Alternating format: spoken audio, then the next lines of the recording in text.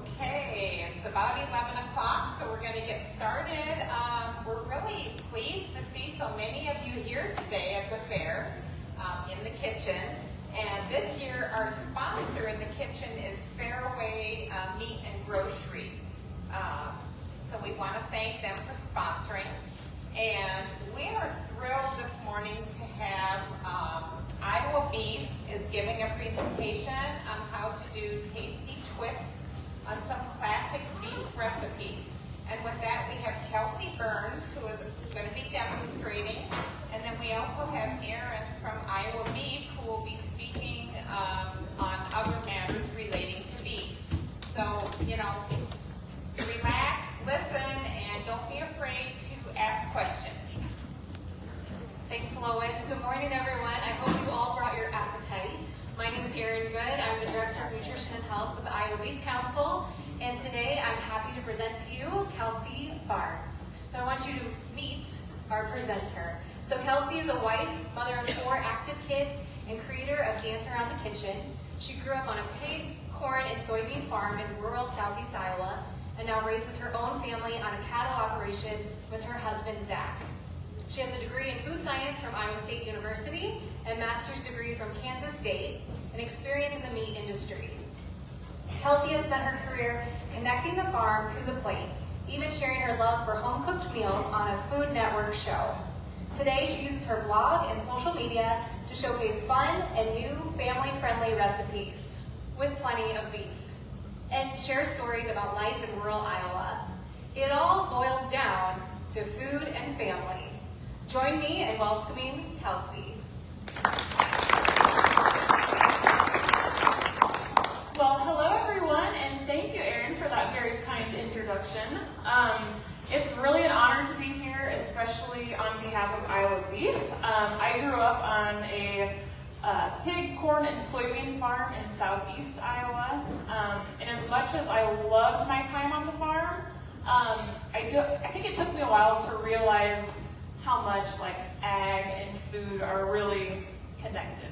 I mean, it makes sense when you think about it, but I think I kind of took it for granted when I was growing up. I decided I always loved cooking and baking, and decided I wanted to go to Iowa State to get a degree in food science. And I loved my time there. Go Cyclones! I see a Cyclone shirt, a couple Cyclone shirts. And after graduating, I went to Johnsonville Sausage as a sensory scientist. Again, I really loved my time there. I was helping develop new products, different flavors, and making sure that the products that we were giving to consumers were things that they really enjoyed. So after that, I was up in Wisconsin. My husband was out on the East Coast, which was not ideal, so we decided to both move back to Iowa. After a little bit of time in the pork industry in Des Moines with Iowa Pork, we kind of decided that we wanted to raise our kids on the farm, just like my husband and I had both done. So now we are living up in northern Iowa by Riceville. Has anybody ever heard of Riceville? Yeah. It's pretty tiny. But we are raising our 4 kids on the farm there, and it's just really feels full circle because I've always wanted to raise my family on a farm, and so to be able to do what I love to do, create recipes and work with food, and to be on the farm and see the cows in the pasture right next door, and to have pigs down the road, and it just really feels full circle. So I'm excited to be here and talk about beef today. We're doing 3 different recipes that use cuts of beef that you guys are all going to be very familiar with, but hopefully some recipes that you're like, oh, I never thought to do that with beef. And we're going to get started with, these are some beef sausage egg muffin cups. So if you've ever been to like a Starbucks, they sell the little egg muffins. Well, we've always had pork sausage. Why don't we try it with beef sausage? So I'm going to show you guys how to make beef sausage. It's actually very, very easy. We start with a pound of ground beef. So I've got a pound of ground beef, and then we're going to add some sage. Let's see, we're going to do a half a teaspoon of sage. If I can get these apart. And the thing I like about these is you can make these into beef sausage crumbles, or you could make them into patties, links. You can kind of use it just like you would any other ground. We're getting a little heavy on these. All right, so once we have all of our ingredients, they're kind of sticking together. Now, working in the sausage industry for a little bit, I learned that salt plays a very important role when you're making sausage. It's really the thing that helps make it all kind of stick together. And so you want to take a little bit of time here to combine these. I think it's easiest to use your hand. You can also use like a KitchenAid mixer. You don't want to over mix it, but it does need some time for that salt. The salt kind of binds the proteins together. So you're just gonna mix that. I wish you guys could smell it. It smells delicious. That sage is such a breakfast sausage flavor. Kelsey, just by show of hands, who's ever made or had beef sausage? Okay, so you guys have. Good. It's something that I had never had before, and so I was kind of excited when we started talking about it, and then when I tried it, it was like, this is really good. Why do we not do this more often? So I have it. You're going to mix it up just like you would like a meatloaf or something. So I've got it all mixed up, and I'm going to cook it on the stovetop just like you would regular sausage, and you're just going to cook it until it's brown and crumbly. I'm going to go ahead and take these gloves off. All right, and as I cook this, you can go ahead and switch the screen so we can see that. And then Erin we're going to do a few pop quiz questions throughout here. So you guys will be able to win a few different prizes. So Erin, do you want to do the first one? Yes. So first, I just wanted to touch on, this is a great breakfast, grab and go. It's a nice change between having, protein bars, protein shakes, or skipping breakfast. I'm not going to ask you to raise your hand if you skip breakfast, but I bet there's a few in this room that do. I just wanted to let you know, as a registered dietitian, the research really supports eating breakfast. It can help you have a lower risk of being overweight or obese. From a kid's perspective, going back to school, they're more likely to have higher test scores in school, better concentration. If you think of it, when your tummy's rumbling and growling, it's harder to concentrate. Even right now, mine's starting to growl. Now, in terms of ground beef, there is one recipe, no matter the time of year. On beef, it's whatsfordinner.com that is always searched. Can anyone tell me what is the #1 searched recipe on beef? It's whatsfordinner.com. Yeah, bud, what do you think? Steak. That is a very good guess. Prime rib. It is not prime rib. What about you two in the back? Meatloaf. Meatloaf. How'd you know? I have up here for you, Lois, would you mind?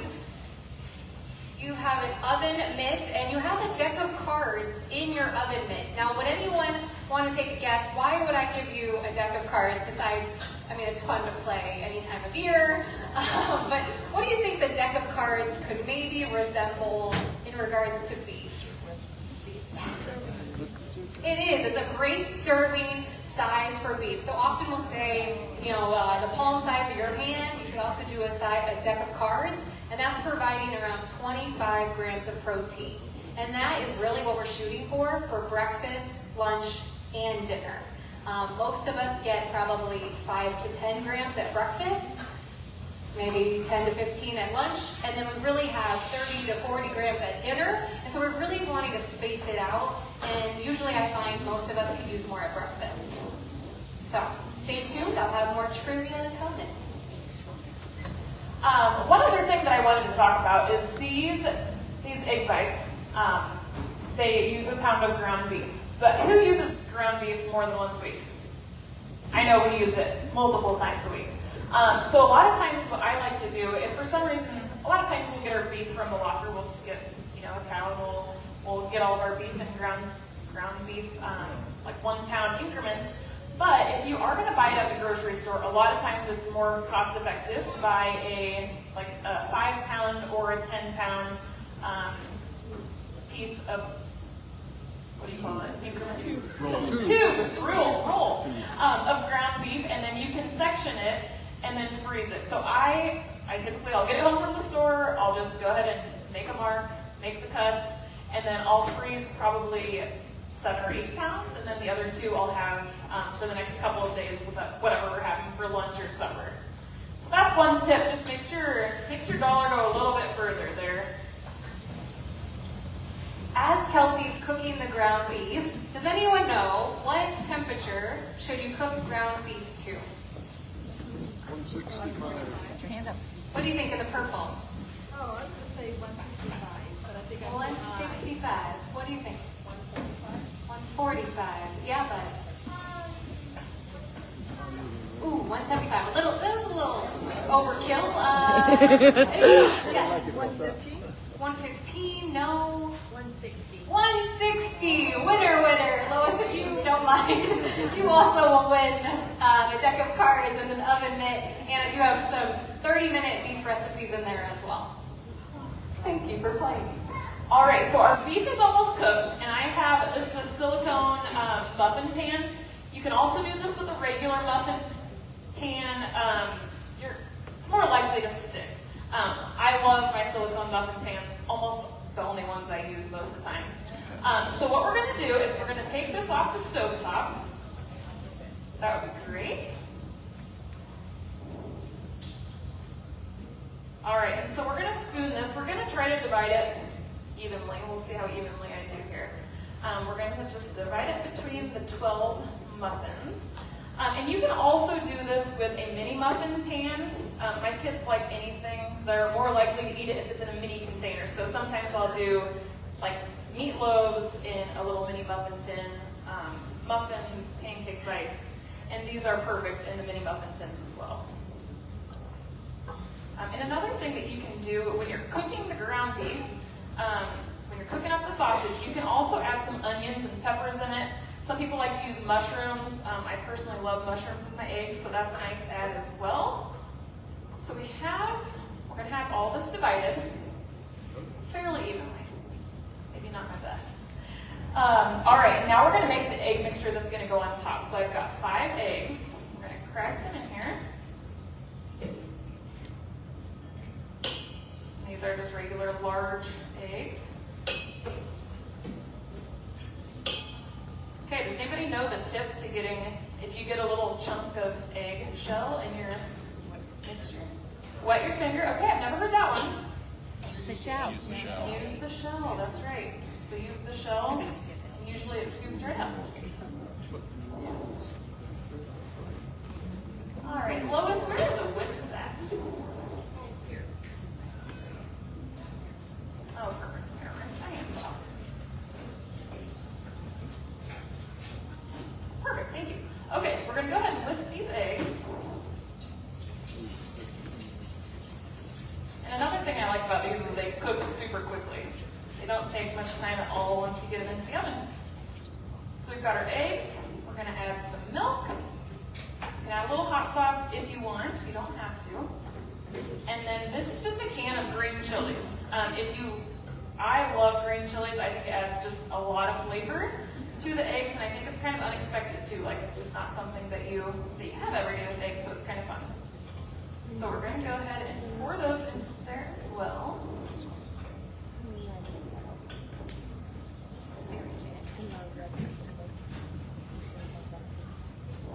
All right, so we're going to whisk those in. And lastly, we're going to add some shredded cheese.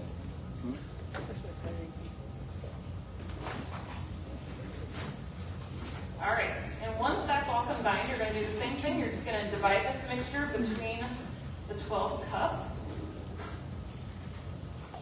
Let's see, what should we use? I usually find it easiest to just use like a measuring cup. And these, you can go almost all the way to the top.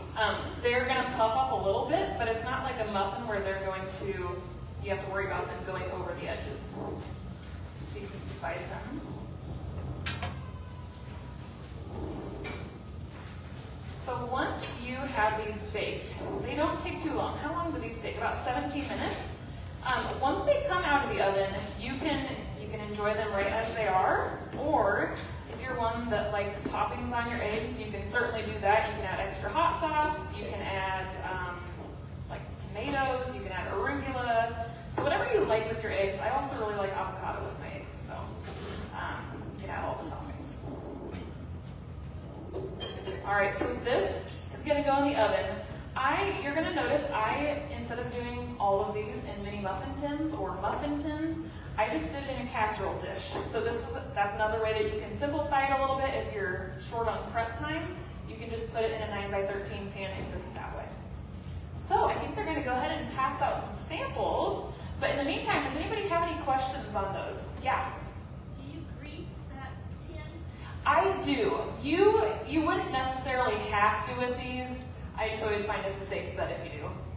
Yep. Yeah. I missed it. What did you add besides salt and sage? Yes, good question. Garlic and onion, and then red pepper flakes. Yep. And you guys will get copies of all these recipes on your way out as well. They are in this like little packet right here with pictures and the recipes. What other questions? Yeah. What was your percentage of the beef? Percentage of the beef. This was 80-20. You could also, no, I take that back. That was 85. But you can really do if you want to drain the beef, you could do that after you brown up the sausage as well. Yeah. How long are they good for? How long are they good for? Yeah, good question. These, you're going to want to let them cool completely to room temperature, and then you can put them in like freezer bags, and you can freeze them, or you can put them in the fridge in an airtight container, and they'll last probably like 5 days. Yep. And you can reheat. You can do the microwave if you have an air fryer. That's another great way. It kind of gets a little crispiness around the outside too. How many would you give your kids, and how many would you give your husband? Well, my kids would probably eat, depends on my kid. 2 of them would probably eat 2, the other 2 would eat 1. I say 2 muffins will give you around 25 grams of protein for, I want to say it's 220 calories. So you can still, you can toast with this as well, English muffin, glass of milk to kind of add a little more. Yeah, my husband, it depends on the day, probably like after the dinner. We'll say 3.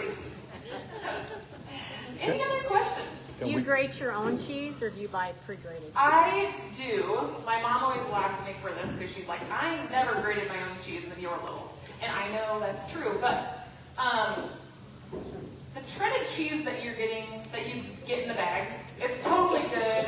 If I'm in a pinch, like I totally use that. But there is an additive in those bags that makes it so the cheese shreds don't stick together. It's not bad for you. It's totally fine, but it makes it so they don't melt quite as nicely. So I do shred my own cheese. I usually I'll shred the whole block, and then I'll keep most of it in the fridge. Or a freezer, you can freeze cheese too. Yeah? I'm not sure if anyone already asked, but what percentage of, like, 20% fat? Yes, I use 85% lean for this. Yep. Any other questions? Yeah?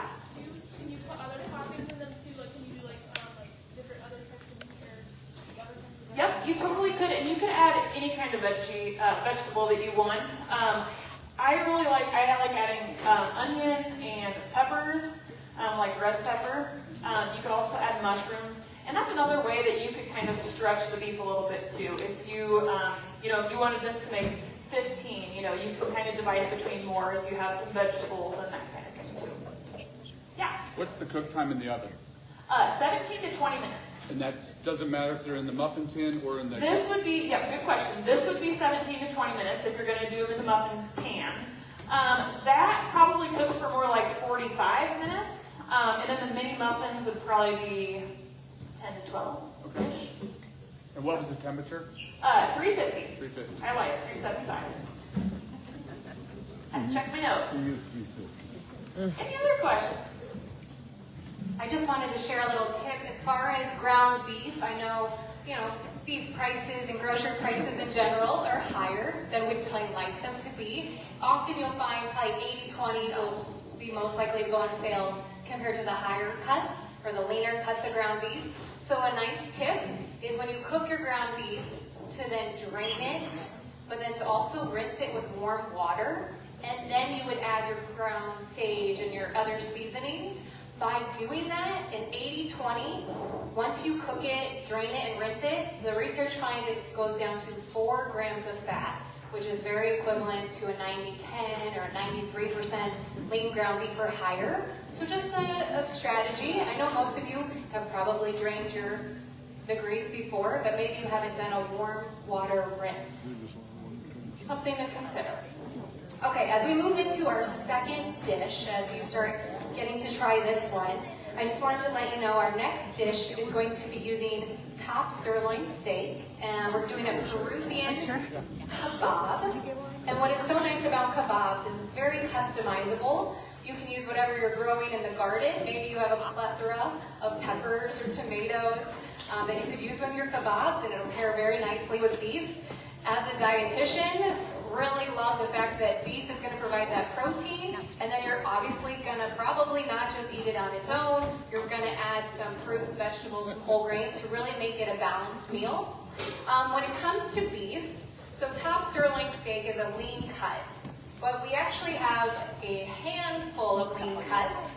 To give you an idea, back in 1989, my birth year, woo woo, we had 6 lean cuts of beef. So now we are in 2025. Anyone want to take a guess? How many lean cuts of beef do we have today? It's more than 6. Yes. 10? Higher.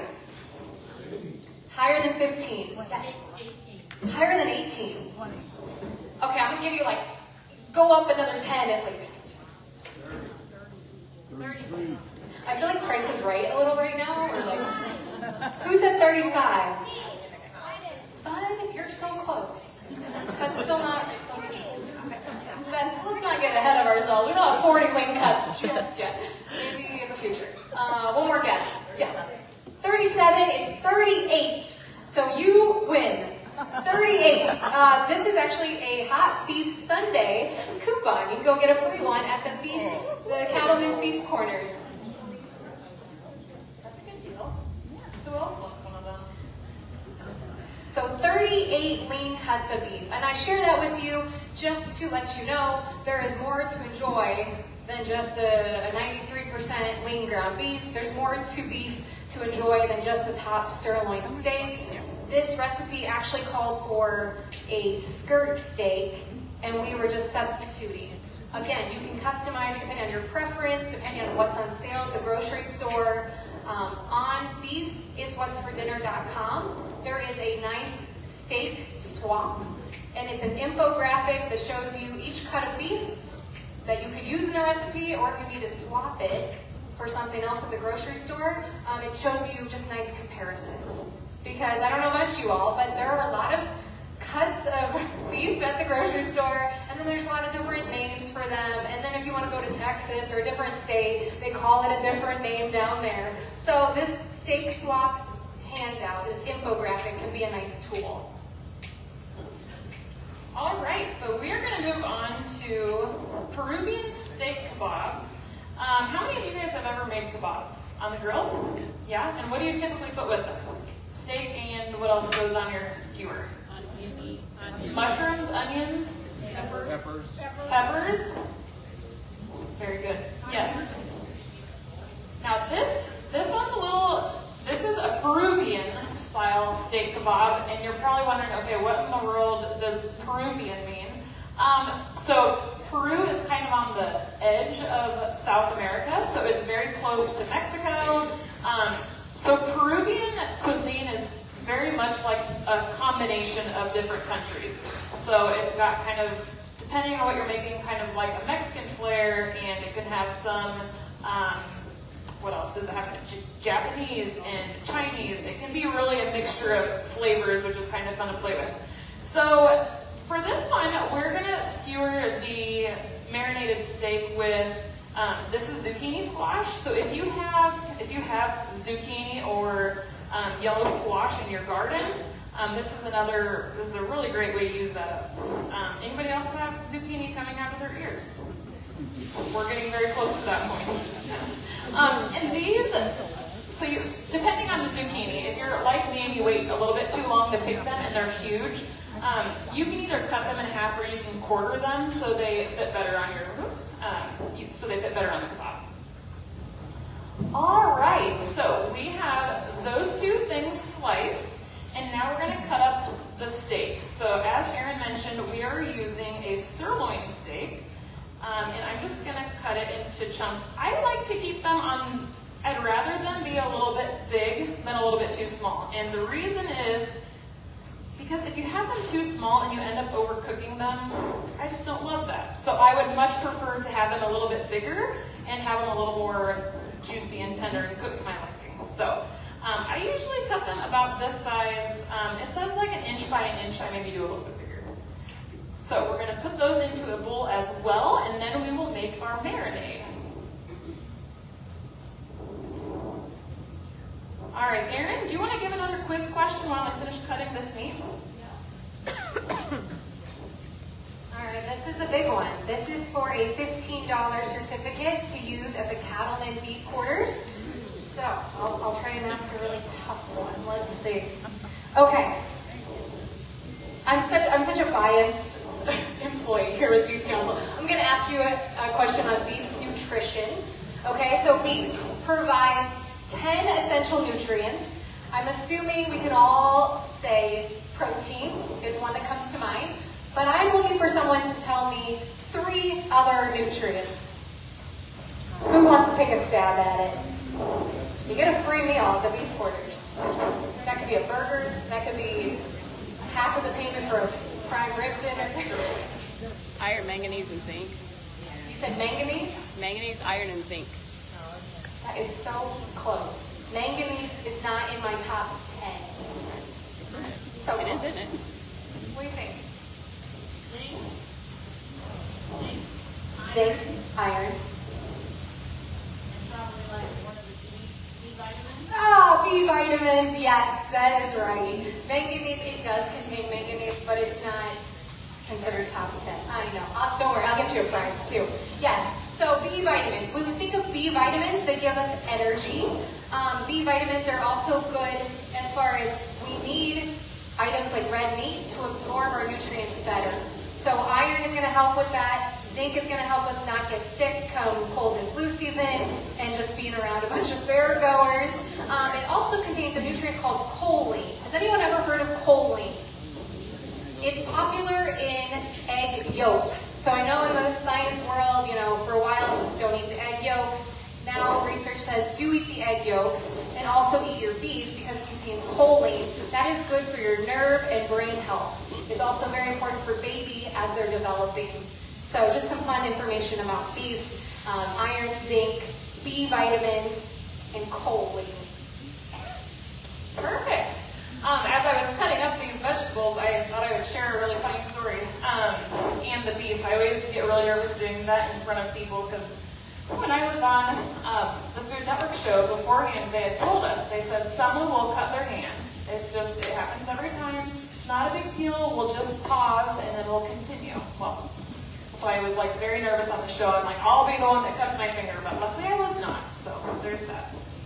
All right, so we're going to go ahead and make the marinade. So the marinade is actually going to be the sauce that goes with the meat as well. So you don't have to make 2 sauces, which I love. You're just going to blend it all together, and then you'll use half of it as a marinade, and the other half goes as a sauce. So we're going to start with 4 limes. And I forgot my juicer, so we're going to just go ahead and squeeze them in here. And you can use a food processor or a blender, whatever you have on hand. Will work just fine. All right, so we got the lime juice. Then next up, we're going to use some canola oil. And you could also use vegetable oil. You could use olive oil if that's what you have on hand. We were talking about some seed oils earlier, and you just want something that has a high smoke point, otherwise it's going to kind of burn up on the grill. So, avocado oil would be another good option, but I'm going to use canola oil, and we're going to do 1 cup. Okay, so we have 1 cup of oil, and then we're going to do a ½ cup of, this is red wine vinegar. Let's see if we can take the lid off. Okay. All right, we got our lime juice, and then we have garlic, and again, this is going to be on your little sheets you have over there. And then we have oregano. We're just going to kind of guesstimate here. And then this is Chili's de Arbol. Now They're kind of difficult to find, so if you cannot find them, you can use you can just use cayenne pepper. Now you can always add a little bit more or a little bit less to adjust it to your how spicy you like things. And then I have 1 yellow onion. This is when I'll cut myself. That'd be a really entertaining one. All right, and these you can just toss them in. You can just quarter them and toss them in just because it's all going to get blended up anyways. All right, grab our lid.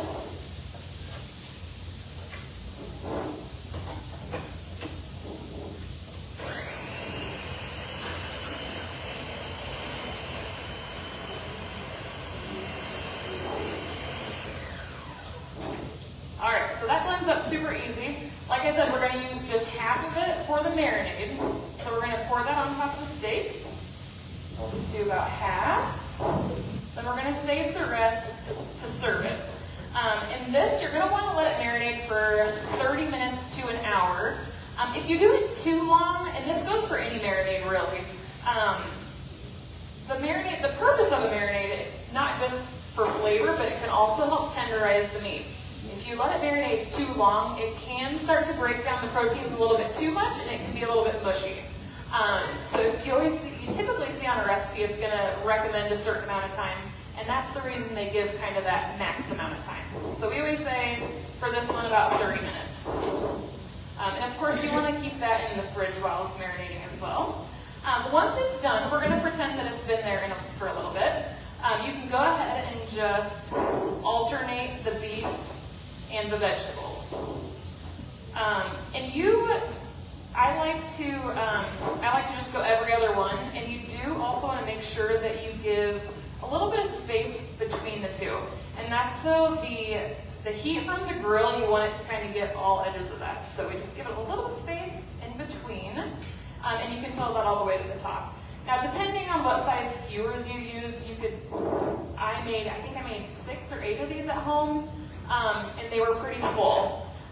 You could also, if you don't have a grill at home, you could you could broil them in the oven.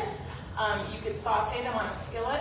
Of course, here we did not have a grill, so they're going to be a little bit different for you guys, but we tried to use some grill pans to get them as much of a grill experience as possible. So when you serve them, you just serve them with a little bit of the sauce that you also used for the marinade, and enjoy them like that. So they can go ahead and pass out these samples, but while they're doing that, do you guys have any questions?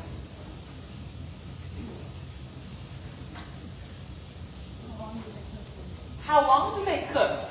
It's definitely going to depend on your grill temperature, and how big you cut them. But the way I cut them, it's probably only going to take maybe 5 to 7 minutes on the grill, as long as the grill is nice and hot. Yep. And also depends how you like your steak. I like mine medium rare, so it wouldn't take quite as long as if someone wants them well done. I was just going to say, Kelsey, so one of my questions, in terms of sirloin steak is considered a whole muscle cut. So our first sample was ground beef. We talked about cooking it to 160 degrees because the sirloin steak is a whole muscle cut. You only do have to cook it, for medium rare, is 145 degrees. So it really comes down to personal preference. Lois was asking me, what do you think? And I'm still one that prefers a little more medium well, but some of you might like it more medium rare. So just depending on your preference. Any other questions?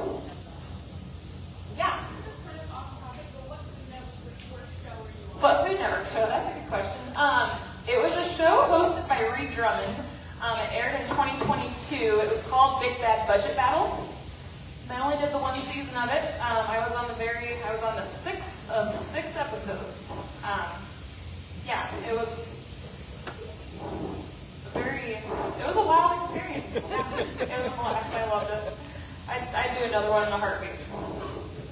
As consumers, we find most people are trying to watch their salt intake and also sugar intake. Of course, maybe not today or this weekend, but you know what I mean, when it's not the fair season. What is so nice about beef, it has a very short ingredient list. 1 ingredient. It's very naturally low in sodium, so again, you can customize it. With this recipe, we didn't add any salt. The salt was probably just coming from the chilies. So again, you could always look for, salt added, you could omit, or again, you can really keep it under your control if you're looking to watch your sodium intake.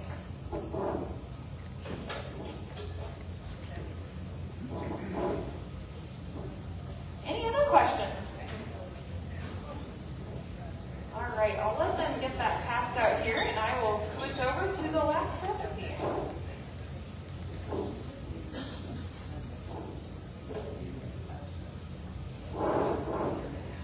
How did you guys like the breakfast, the egg bites? Good. Do you like the flavor of the green chilies? Yeah. No? I see a couple no's. I see mostly yeses. I think it adds a lot of flavor. It's nice to just be able to add a can of something and give you so much flavor. Right. That is a great question. She asked, why isn't there beef sausage up there? That's a good question. But now you know how to make your own.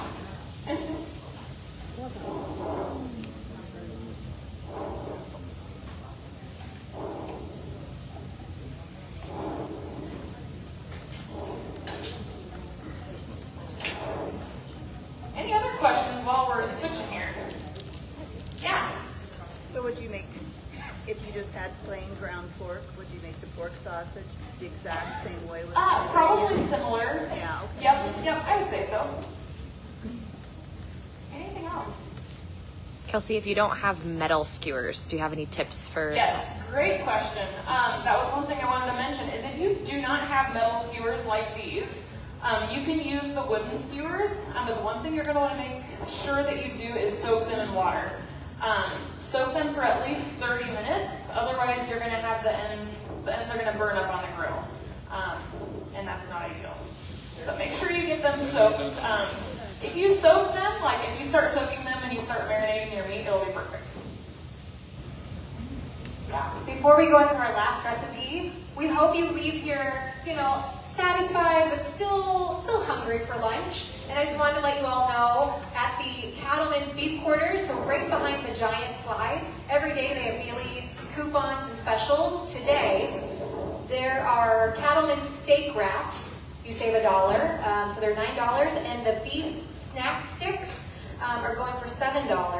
And I don't remember how many beef sticks, but 8. There's 8 beef sticks, so you get 8 beef sticks for $7.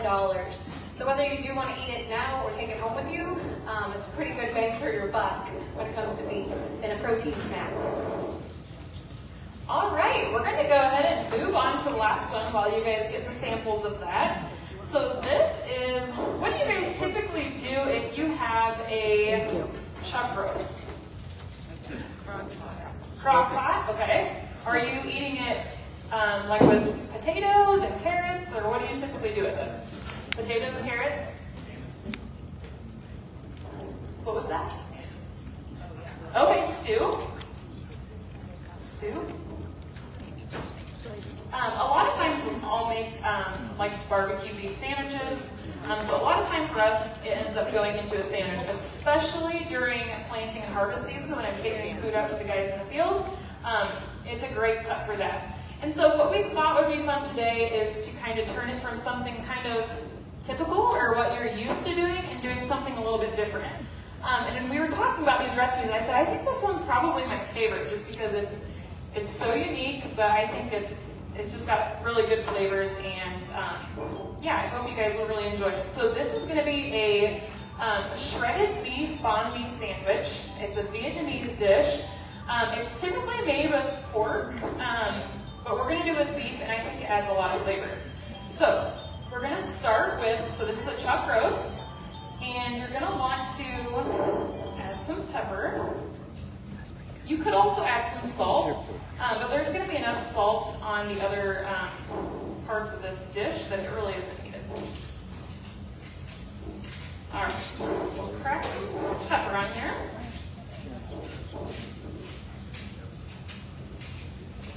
And this, I'm gonna talk about how you can cook it in a slow cooker, but you can also do, if you have a pressure cooker like Instant Pot, that works really well for this too.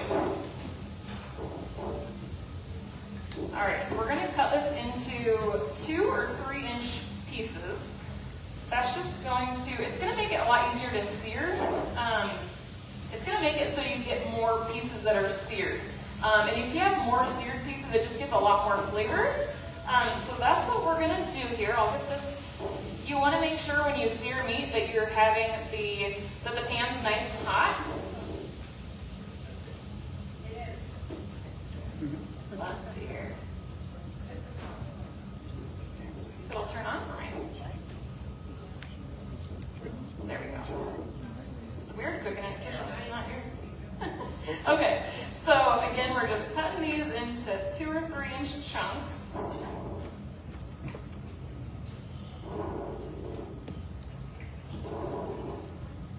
And if you don't have a big enough pan to fit all, then you can certainly do a couple different batches. But you're just going to sear them for about 2 or 3 minutes on each side. I won't take you through that because that would take a little bit of time. But I'll show you how to start searing it, and then we're going to make the sauce that goes on top as well. So we'll let that get a little bit warmer. Erin, do you have another quiz question for us? Sorry, I asked you that right as you're busy. You're fine. I realize we can't see each other. The joys of being, short, but not short enough, I guess, today. Yes, so in terms of Iowa, just a little Iowa cattle history. What county in Iowa has the most cattle?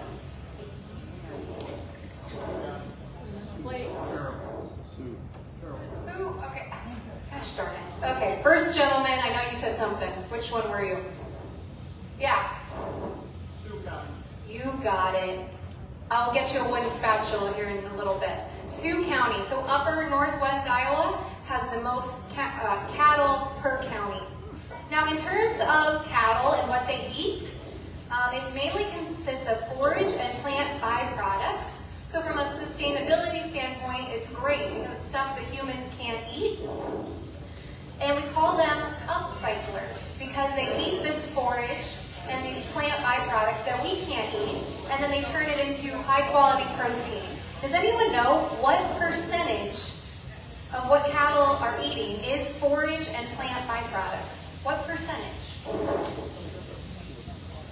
It's over 50%, I'll give you that. It is. It's 90% of what they eat. And so in the ag building, where they have the butter cow display, right next to it we have a beef byproduct display, because this year we really wanted to showcase that beef is more than just steaks and burgers and delicious protein. It also can be used from head to tail as far as cosmetics, sports equipment, crayons, insulin. Go check it out. There are, at least 30 different products we have on display that utilize beef and beef byproducts. One that you may have heard of, I know it's taken off. If I just say Steak and Shake, does anyone know what beef byproduct? Tallow, beef tallow. So now the French fries are being cooked in beef tallow. Has anyone heard of bone broth? So beef bone broth is a nice option. In this recipe, Kelsey's using a little bit of beef broth. I know come winter and fall, I like to also use broths, but instead of even just using broth, you could do the bone broth because it's going to contain more protein. So if you're like me that love a good soup and bread for lunch or dinner, but you find it only sticks with you for 1 to 2 hours and then you're really hungry, sometimes you could use a little more protein, and so the protein can come from the beef, but also the beef bone broth. So look for that at the grocery store. All right, so I am searing the meat, and you can tell that there's a little bit of color on the top, and that is going to give a lot of flavor. You, just like any other like roast that you're putting in a crock pot, you can certainly put this right in the crock pot, but adding these seared bits makes it so good. So I'm highly recommending doing that. Oh, can you switch Lois, can you switch that? Thank you. And you'll notice too, if you use a non-stick pan, it's going to be easier to rotate the meat. But if you have a stainless pan and you're cooking meat on it, or anything for that matter, really, if it's still a little bit sticky, like if I'm trying to flip it and it's sticking, it's probably not quite ready to flip yet. Like with meat, steak, etc. Once it gets that nice golden brown side, it's a lot easier to flip. So these are all easy to flip, so you can tell those has that nice brown area on it. And I even could have gone a little longer. But especially right when you put the raw meat in there, sometimes it can be hard to flip. So you just gotta wait until it has that nice sear on it, and it's a lot easier. Alright. So, like I said, I'm not gonna take you through that whole process of doing that, because that would take a while. But I'm gonna show you how to do the next step. So the next step, you're gonna take all the meat out and put it in your crock pot. And then you're gonna have some beef broth, and you're going to just deglaze your pan. And basically what that means is you're gonna put it in the pan, you're gonna stir it up a little bit, and make sure you get all of those delicious little not burnt, but like golden brown flecks on the bottom. You're gonna kind of stir them until they come up. It's gonna add a lot of flavor to the meat.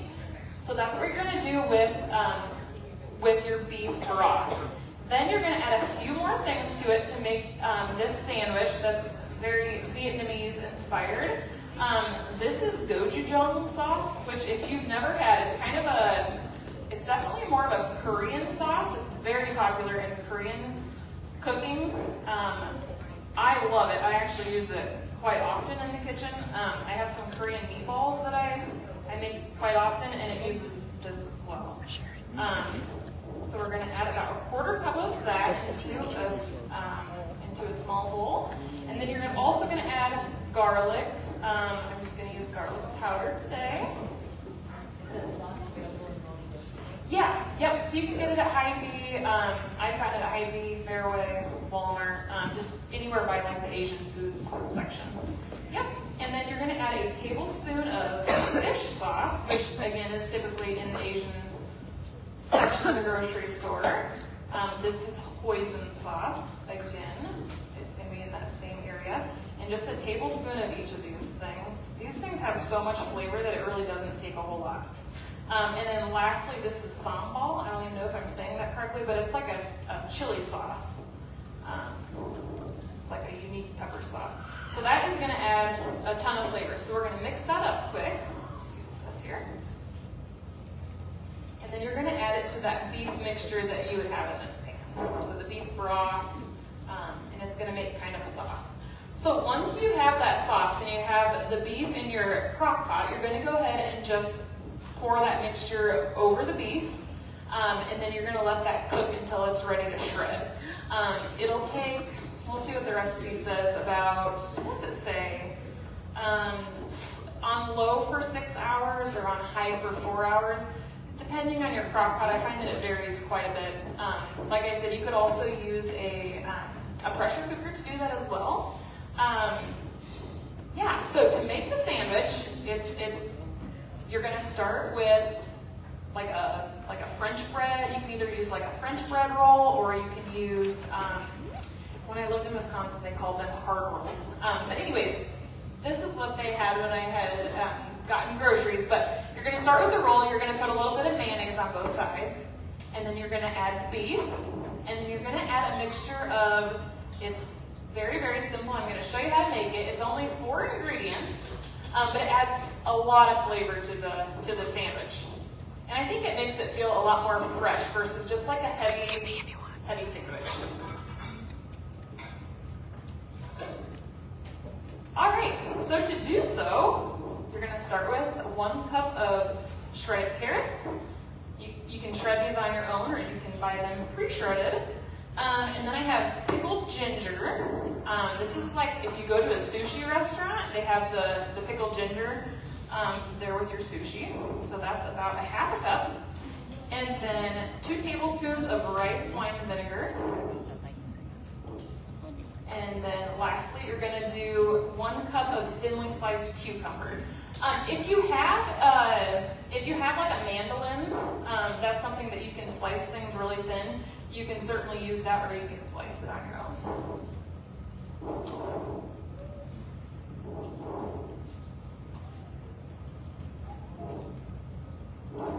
Aaron, do you have another question for us? And you can cut the skins off your cucumbers if you want to. You certainly would not have to. I like that it adds a little bit of color. Yes, I'm back. Sorry, I was multitasking. See you over here. In terms of, okay, we are using a arm roast. And in terms of lean cuts, I said there were 38 lean cuts of beef. This one is technically not meeting the USDA definition or guidelines of lean. However, rest assured, beef provides over 50% of the fat as monounsaturated fat. For those of you that are familiar with olive oil or avocados, typically those have done a great job, right, marketing as healthy fats, good for you fats. Well, beef, it has a little bit of its work cut out for it, but yes, beef has over 50% of those heart-healthy monounsaturated fats. So as far as the science, I know decades ago we used to say, doctors would say, you know, avoid red meat, limit your red meat intake, and it was because we didn't have the data to back it up, but now 20 plus years later, do know that beef provides a good heart-healthy fat. And then it's providing that iron, which most of us tend to be more of, women especially, and you're going to absorb the iron in beef significantly better than you would in, say, a fortified cereal or spinach or our plant sources of iron. To take it up a notch, you could enjoy your spinach or spinach comes to mind. You could absorb your iron better in the spinach when you pair it with red meat. We like to call it the meat factor. So you just absorb your nutrients even better, so you're getting more nutrition, more bang for your buck. All right, so I'm going to show you how I like to put the sandwich together. Again, you can use whatever kind of rolls or bread that you can find. You can also use like a French bread and cut it into kind of sandwich size. So I like to put a little bit of mayo on both sides here, and then we're going to load it up with the beef. I'm going to do it in opposite order since I have the stuff here. So you're going to put some of this fresh slaw on here. I like to let this kind of set overnight. I made the one that you guys had, I made that last night just because I think it makes the cucumbers a little more tender, and it just kind of makes the flavors all meld together a little bit. So you're going to spread that on one side, and then you're going to go over here, we'll go find some beef. And then if you've ever been to a Vietnamese sandwich and you order one of these, a Vietnamese restaurant, and you order a sandwich that's called a banh mi, usually it's served with basil leaves, mint leaves, sometimes cilantro. Like, it's a very flavorful sandwich. I usually like a little bit of cilantro, and that's about it. But it's a very flavor-packed dish, and yeah, what do you guys think of them? Very good. Good? Very good. Were those types of sandwiches new to you guys? Yeah? But good? Yeah. Good. My dad was not very happy. I talked to him on my drive here, and he said, so why do you never make this stuff for us when you come visit? Sorry, Dad, I didn't know you were interested in Vietnamese sandwiches. Next time I come, I'll see what I can do. What questions do you guys have on that recipe, or any of these recipes for that matter?